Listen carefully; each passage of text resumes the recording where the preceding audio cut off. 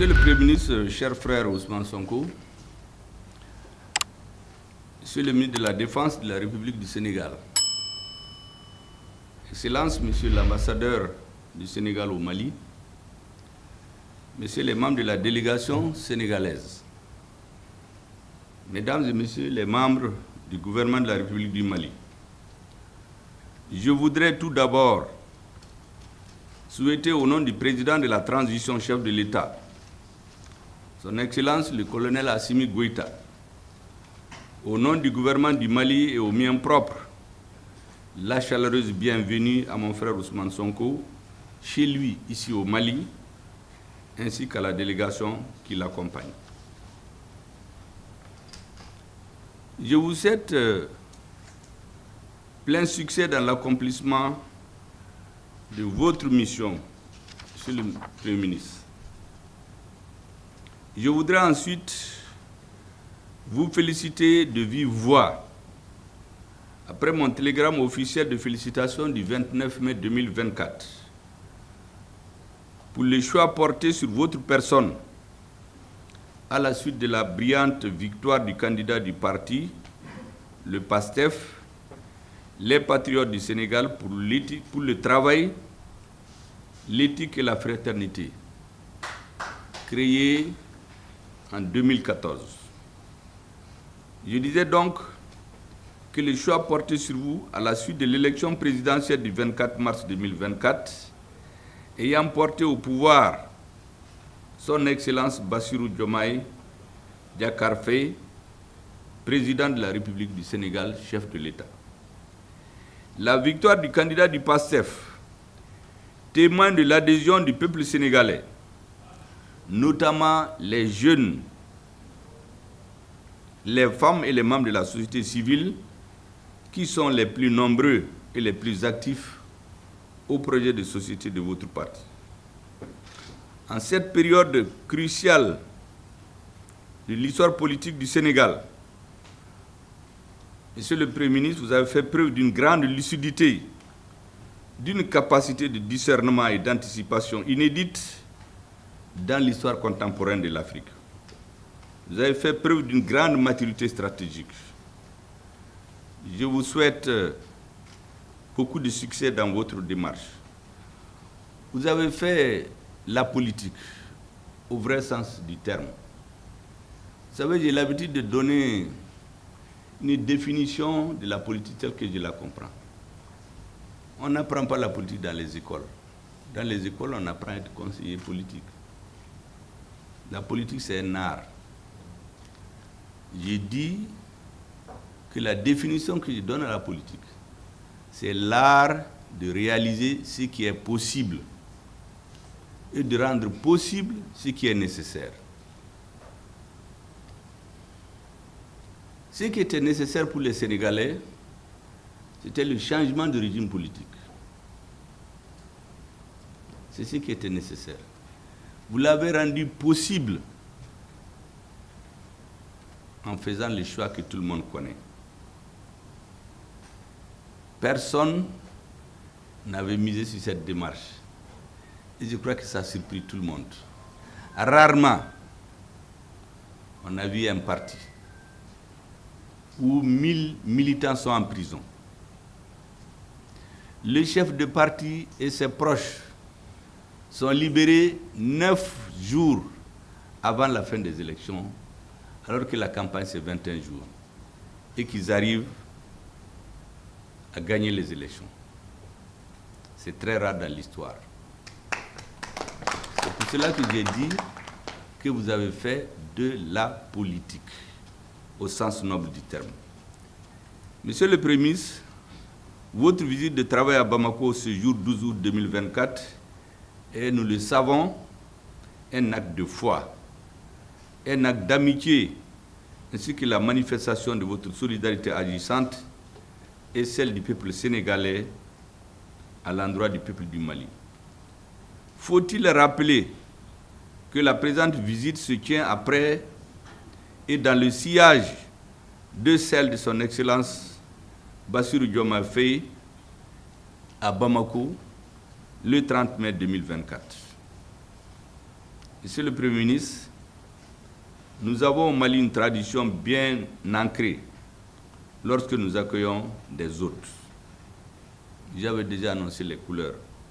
Nous leur disons, je cite, « Soyez les bienvenus. Vous avez quitté votre demeure. Ici, vous êtes chez vous. » Fin de citation. Avec vous, cela ne relève pas du simple protocole. Cela relève de l'évidence. En effet, Monsieur le Premier ministre est un illustre homme d'État, un illustre homme d'État sénégalais, également éminent poète, Léopold Sédar Senghor, qui aimait le rappeler à chaque rencontre entre Sénégalais et Maliens. Je cite, « Le Mali aurait pu se prolonger jusqu'à Tambacounda et le Sénégal jusqu'à Caille. » Dans un de ses poèmes les plus célèbres, « Femme noire », il a évoqué les princes du Mali et aimait rappeler ses origines mandingues avec les Guelwaars partis d'Elicia du Gabou pour fonder avec Meissa Wali John le royaume du Sine. Meissa Wali John, en fait, il s'agit de Mansa Wali Mané. Aujourd'hui, Monsieur le Premier ministre, à travers l'Afrique occidentale francophone, nous avons engagé la seconde bataille pour l'indépendance, pour la souveraineté. Nous nous sommes fixés deux objectifs. Affranchir nos peuples du joug du néocolonialisme d'une part, créer entre nous des solides liens pour l'intégration réelle de l'autre part. Sur ce point, vous, Sénégalais, et nous, Maliens, faisons figure de pionniers. C'est le lieu de rappeler que les pères de l'indépendance ont eu à poser les fondations sur lesquelles nous entendons élever l'Afrique de demain. C'est le lieu de rappeler l'acte posé par Léopold Sédar Senghor et Modibo Keïta. Les jeunes en son temps les avaient beaucoup critiqués, les avaient trouvés beaucoup d'insuffisances dans ces années post-indépendance. Mais ils étaient des hommes de leur temps. Aujourd'hui, ce que nous retenons d'eux, c'est leur foi en une Afrique occidentale fédérale. Je voudrais rappeler à cet effet que déjà en 1958, contre la balkanisation de l'Afrique, ils ont proposé le maintien de l'État de la Fédération qui unissait les 8 territoires francophones d'Afrique occidentale. Daoumé, Sénégalais, Soudanais, Voltaïques se sont retrouvés pour rester unis. Le mérite revient à l'époque Sédar Senghor d'avoir dit, je cite, « Nous allons créer une fédération et nous la baptiserons la Fédération du Mali en souvenir de l'Empire du Mali. » Beaucoup de Maliens et de Sénégalais ne savent pas que c'est de Senghor qui vient la proposition dès 1958.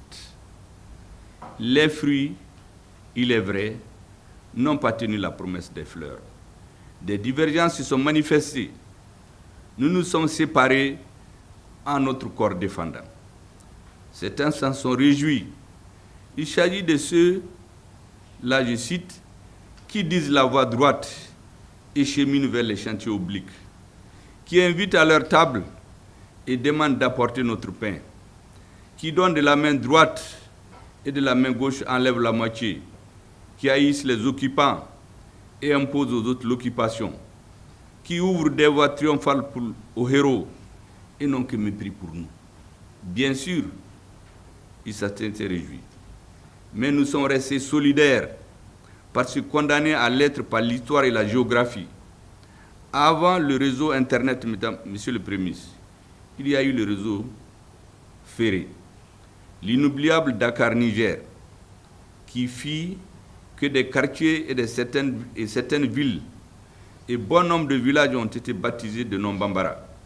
Nous aussi, ici à Bamako, nous avons Wolfobougou, à Caille comme à Médine, le nombre de vos traitants du début du XXe siècle ont laissé des traces inoubliables. Monsieur le Premier ministre, Sonko est votre patronyme. À l'Assemblée du Sénégal, à l'Assemblée nationale, dis-je, siège un député ayant le patronyme Sagna. Sur les pelouses de l'Afrique et de l'Europe, évolue un joueur ayant le patronyme Mané. Comment ne pas rappeler que Sané, Mané, Sonko et Sagna sont les patronymes des grandes familles princières du royaume du Gabou. Que ce royaume s'étendait sur la Guinée-Bissau, le sud du Sénégal et la Gambie. Il a été créé par Tiramakan Traoré, généralissime des armées de Soundiata Keita. Senghor l'aurait dit, le Sénégal et le Mali sont liés par le nombril. Parlant des noms et patronymes, un Kéba au Sénégal s'appellerait Tcheba au Mali, tout comme Ndiaye là-bas et Diarra ici. Diop et Traoré et Fall s'appellent Koulibaly sous nos cieux. Vous êtes de culture Wolof, Monsieur le Premier ministre. Mais l'historien Tamsir Niane dirait que vous êtes un Manding de l'Ouest. La délégation que nous accueillons aujourd'hui à Bamako est une délégation à nul autre pareille, car elle est celle du pays dont les couleurs sont vert, or, rouge, dont la devise est un peuple, un but, une foi. Les mêmes couleurs, la même devise que celle de la République du Mali. L'un peut-il être plus fort que celui-là? Je pourrais continuer à foison les similitudes ainsi que les liens forts, uniques et inaltérables existant entre nos deux peuples frères. Qu'on donc, Monsieur le Premier ministre, Samambok, mon frère, Manela Bismillah, je dis bien, bienvenue. Tiens, aujourd'hui, Fiti Bamako, ici à Bamako. Djalen Djeuf, merci de votre attention.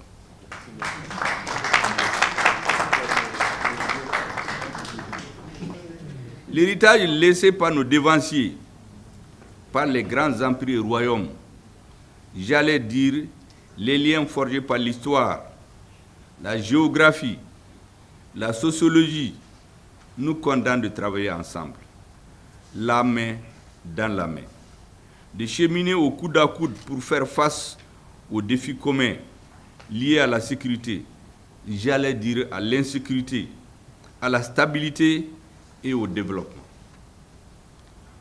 Nous sommes d'autant plus condamnés à travailler ensemble, Monsieur le Premier ministre, de concert, car nos deux peuples ont montré la voie de l'intégration en prenant de l'avance sur les États et sur nos institutions politiques. C'est le lieu de relever pour s'en réjouir la solidarité du peuple frère du Sénégal, malgré les péripéties politiques, envers le peuple malien, pendant les 7 longs mois de sanctions illégales, injustes et inhumaines de la CEDEAO entre janvier et juillet 2022. J'ai l'habitude de dire que ces sanctions de la CEDEAO ont démontré qu'on ne peut pas mettre à genoux un peuple déterminé et suffisamment éclairé sur les enjeux géopolitiques, géoéconomiques et géostratégiques qui ont cours dans l'espace sahélien. C'est pour cela que, vous l'aurez constaté, depuis des années, dans tous mes discours, dans toutes mes interventions, j'attache un prix élevé à la sensibilisation et à l'éveil des consciences des Maliens et des Africains. J'ai également coutume de dire que la prise des sanctions contre le Mali, le dimanche 9 janvier 2022, a fait basculer le destin de la transition en cours dans notre pays. En effet, quelques jours après la déclaration de l'embargo par la CEDEAO contre le Mali, Le vendredi 14 janvier 2022, plus de 4 millions de Maliens de l'intérieur du pays et de la diaspora sont sortis spontanément pour dire non à la suggestion, non à l'imposition d'un agenda extérieur qui n'est pas l'agenda du Mali ni de l'Afrique, et dire non à la vassalisation par procuration du Mali par des puissances étrangères. Le 14 janvier, Monsieur le Premier ministre, est désormais une date officielle retenue au Mali comme journée de la souveraineté retrouvée. Les lourdes sanctions de la CEDEAO imposées d'abord au Mali, au Burkina, puis au Niger de manière encore plus disproportionnée, ont démontré que la CEDEAO, notre désormais ancienne organisation commune, est une menace pour nos trois pays, regroupés au sein de la Confédération, dans le cadre de l'Alliance des États du Sahel. Face à nos pays de l'AES, situés en première ligne de la lutte contre le terrorisme depuis plus d'une décennie et constituant assurément une digue de protection pour toute l'Afrique de l'Ouest, la CEDEAO a péché par son manque d'empathie, de solidarité, du sens et de la connaissance de l'histoire et surtout de vision et de maturité stratégique. Vous le savez tous, les organisations intergouvernementales et les organisations régionales sont basées de prime abord sur le principe de solidarité, sur la mise en commun des moyens des États membres afin de réaliser des buts communs et d'atteindre des objectifs partagés et mutuellement bénéfiques à tous les membres. Ces principes ont été dévoyés tantôt par l'inertie, tantôt par l'arrogance, tantôt par l'ignorance, tantôt par le mépris. Des actes d'une extrême gravité qui concourent à la désintégration ont été posés, non pas par les pays de l'AES, mais par la CEDEAO d'abord. C'est le cas du gel des avoirs financiers au niveau de la Banque centrale des États de l'Afrique de l'Ouest et la fermeture des frontières qu'aucun texte de l'organisation ne prévoit. Même la réglementation internationale au niveau de l'ONU interdit de prendre un embargo contre les pays sans littoral. Ce qui est le cas du Mali, du Burkina et du Niger.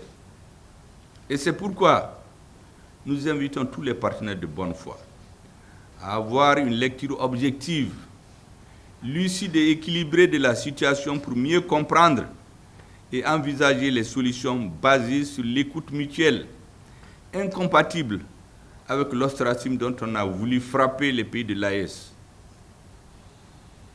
Je le redis, l'AES n'est pas mise en place contre la CEDEAO. Elle est une alternative crédible à pour l'intégration sur-régionale. L'AES n'est pas le bourreau, elle est la victime.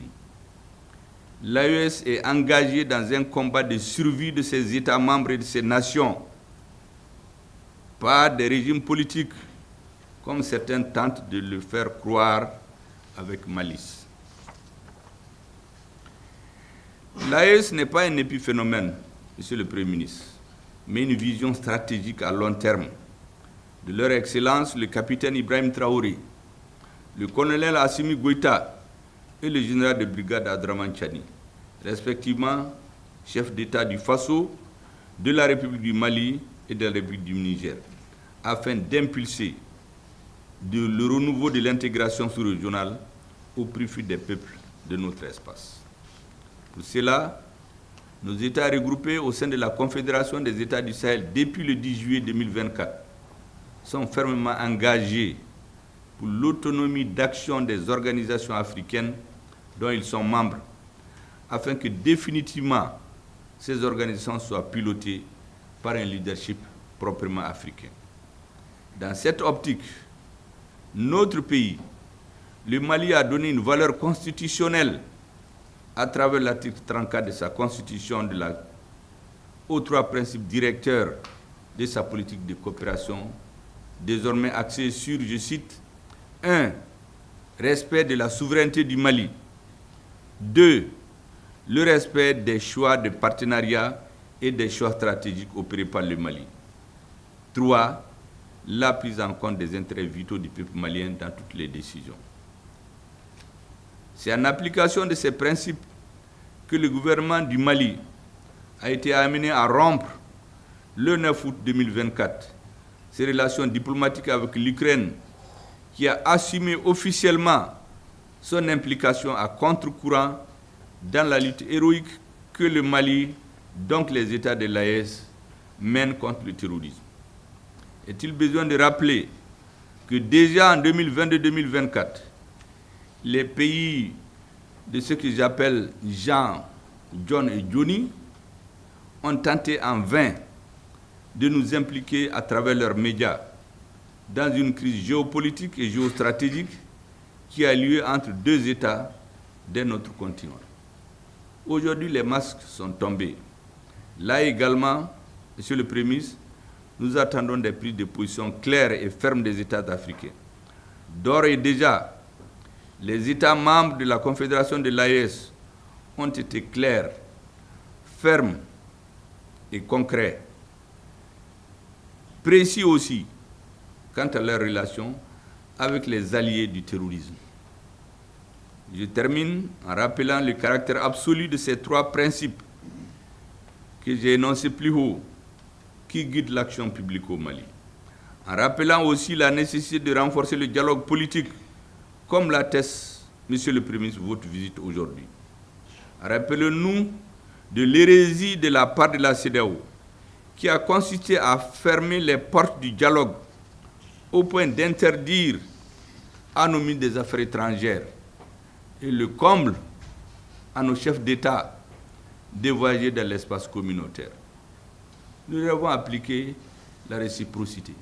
Et certains ont apparu surpris, comme si le Mali était un État quelconque, un État vassal. Vous fermez vos frontières, vous interdisez même à notre président de voyager, et puis vous prenez votre avion, vous venez traverser, vous voulez donc traverser l'espace aérien malien. On les a proprement conduits. Nous sommes un État pacifique, Monsieur le Premier ministre, ouvert et dédié au panafricanisme à travers l'intégration et l'unité africaine, sur, je dis bien, des bases nouvelles.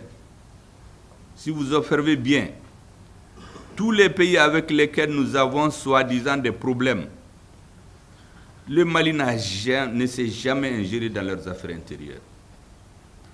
Tous les pays face auxquels nous nous sommes assumés en les remettant à leur juste place se sont illustrés par des ingérences intolérables dans nos affaires intérieures, où ont posé des actes attentatoires à la souveraineté de notre pays, qui se bat contre le terrorisme et pour son existence en tant qu'État et nation.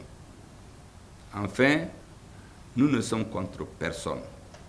Nous sommes concentrés sur nous-mêmes pour relever les défis auxquels nous sommes confrontés.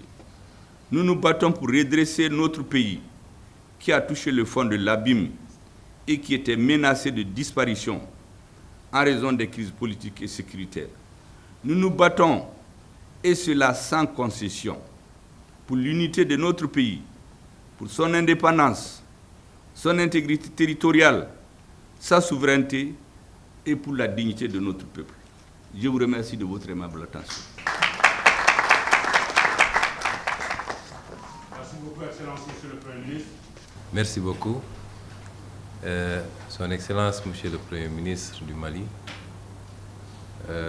Messieurs et Mesdames les ministres membres du gouvernement malien et vos collaborateurs, permettez-moi d'abord, à l'entame de mon propos, de m'incliner une fois de plus à la mémoire de toutes les victimes de la dernière attaque perpétrée contre le peuple malien à Tiziwaten et qui a coûté assez cher en vies humaines. Nos prières continueront à les accompagner et je tenais, après le président de la République, Son Excellence M. Bassirou Diomaye Diakhar Faye, réitérer à mon nom et au nom de tout le peuple sénégalais nos condoléances. Chez nous en Wolof, on dit ñoko bok. C'est-à-dire tu te présentes à toi-même les condoléances. Et nous considérons que si c'est des vies maliennes qui sont perdues, c'est des vies sénégalaises qui sont perdues. Son Excellence, Monsieur le Premier ministre, je me réjouis d'avoir pu être présent aujourd'hui ici. Je tenais beaucoup à faire cette escale pour des raisons qui me sont très chères et à la limite personnelle. C'est principalement la considération que j'ai pour le Mali, que je considère comme étant une terre, ma propre terre, une terre africaine certes, mais une terre sénégalaise également. Beaucoup de choses me lient au Mali, vous l'avez dit, sauf que je ne suis pas de culture Wolof, je suis de culture Diola. Et donc, j'appartiens à cet empire du Gabou, comme vous l'appelez, qui regroupait beaucoup de zones, une partie à la Gambie, la Casamance, une partie de la Guinée et peut-être même une partie du Mali actuel. Nous avons des origines maliennes également. Si je pouvais remonter assez loin dans ma généalogie. Et de manière lucide, l'histoire, comme vous l'avez rappelé tout à l'heure, a très tôt lié les destins de nos deux pays, qui en réalité ne sont deux pays que parce que le colon l'a voulu. C'est un héritage colonial, mais qui ne traduit pas une réalité. Et je vais y revenir tout à l'heure. Donc c'est un honneur et un plaisir d'être là pour pouvoir renouveler notre attachement à cette terre malienne, présenter nos salutations, mais également nous solidariser avec le peuple malien pour cette lutte qu'il mène, une lutte légitime pour sa souveraineté, mais une lutte également contre ce phénomène très lâche qu'on appelle terrorisme. Et vous assurez que rien de ce qui pourra déstabiliser le Mali ne viendra du Sénégal, en tout cas pas sous notre régime. Monsieur le Premier ministre, vous avez fait un brillant discours qui retrace un certain nombre d'éléments. Évidemment, nous sommes là pour discuter tout à l'heure, quand on sera seul, près de la coopération bilatérale sur un certain nombre de questions qui sont d'intérêt commun, qui nous interpellent. Et vous en avez abordé un certain nombre. Et vous avez fait également de longs développements sur la situation que nous vivons tous dans la sous-région. Son Excellence le Président Bassirou Diomaye Faye a été désigné par ses pairs pour, avec le président Faure du Togo, conduire une médiation. Et je tiens à préciser que je ne suis pas là dans le cadre de cette médiation. Un haut représentant a été désigné, en tout cas du côté du Sénégal. Un agenda est en train d'être élaboré et la médiation se fera dans ce cadre bien particulier. Mais il était évident que je ne peux pas passer à Bamako sans qu'on ait à échanger sur ces problématiques qui sont d'intérêt bilatéral, d'intérêt communautaire, d'intérêt national également. Monsieur le Premier ministre, nous vivons douloureusement ce qui se passe contre le Mali et contre tous les États africains, et particulièrement les États du Sahel, qui aujourd'hui font l'objet d'une agression multiforme qui doit nous amener à nous poser un certain nombre de questions. Je voudrais dire que la position qui a été la nôtre quand on était dans l'opposition n'a pas changé. Elle est la même. Vous avez rappelé toutes les péripéties dans le cadre de la CEDEAO. En tant qu'opposants, nous avions toujours condamné et dénoncé. D'abord, les sanctions inélégantes, inhumaines, inappropriées qui ont été appliquées contre le peuple malien. Nous avons dénoncé en son temps, à travers nos communiqués et nos discours. Des peuples frères ne peuvent pas se mettre en embargo sous aucun prétexte. Ça ne se justifie pas. Et les problèmes politiques se discute, se règle politiquement. D'autant que, souvent, l'application de ces mesures, ça s'applique à géométrie variable, ce qui n'est pas acceptable. Nous avons toujours dénoncé en disant que mieux vaut s'appesantir sur les causes plutôt que sur les symptômes.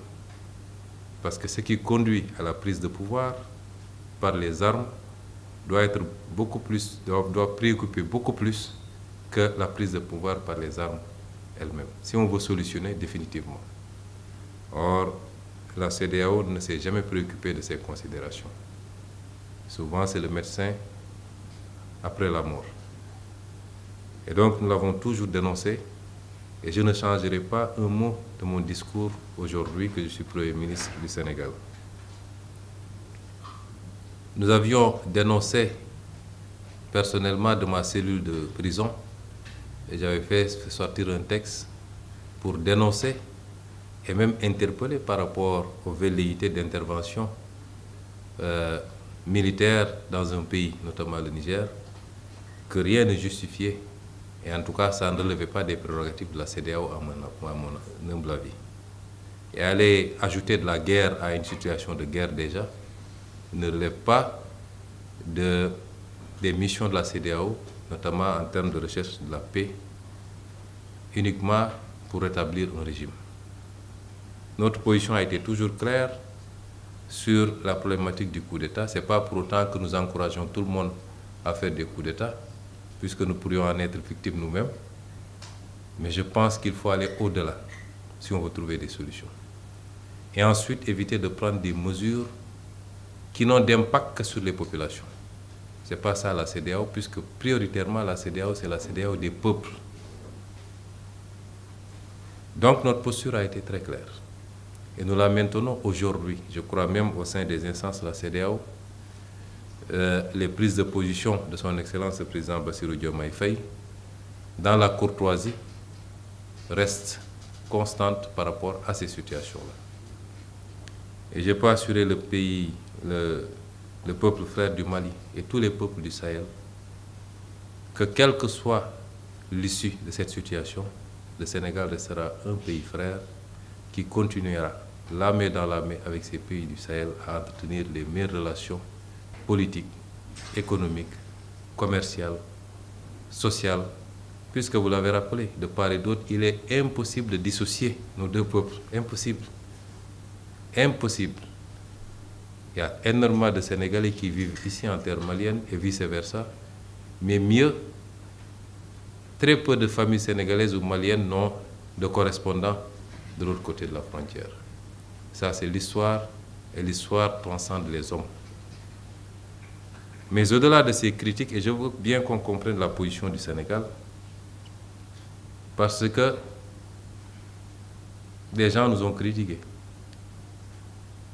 de manière, à mon avis, gratuite.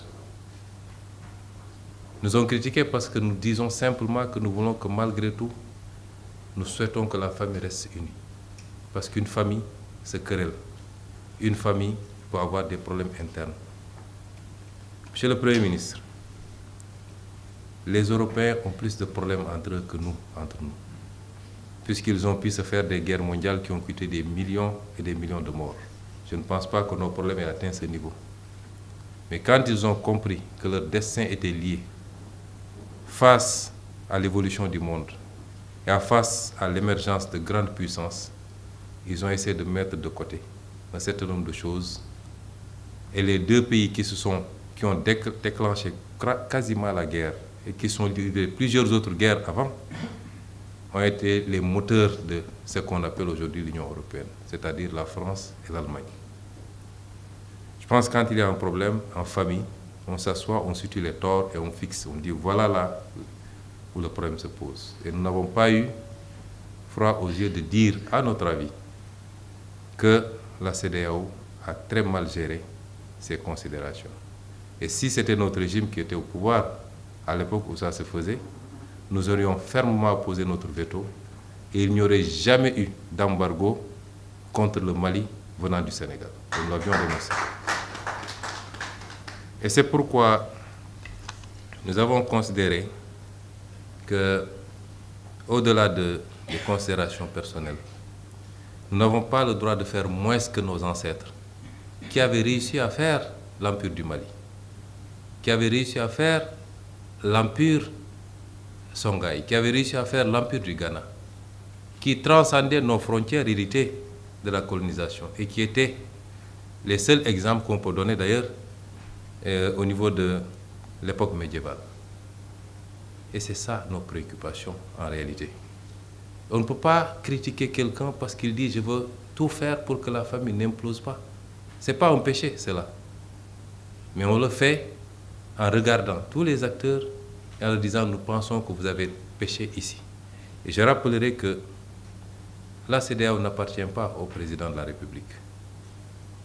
Ça n'appartient à aucun président de la République. Ça va au-delà. C'est vrai, la décision politique vient d'eux, mais même si aujourd'hui les gens ont décidé d'aboutir à certaines solutions qui consacreraient une séparation, les peuples de part et d'autre continueront à vaquer comme ils le faisaient depuis des millénaires, parce que c'est ça l'histoire. C'est pourquoi nous avons considéré que nous allons essayer autant que possible, en sachant que ça va être extrêmement difficile, parce que les positions se sont cristallisées, et quelquefois, à juste titre, nous comprenons. Mais notre responsabilité, c'est d'essayer au moins, quel que soit le résultat et l'aboutissement final, ça ne changera absolument rien dans les relations entre le Sénégal et le Mali. Personne n'y peut rien. Ça ne changera rien dans les relations entre le Sénégal et le Burkina.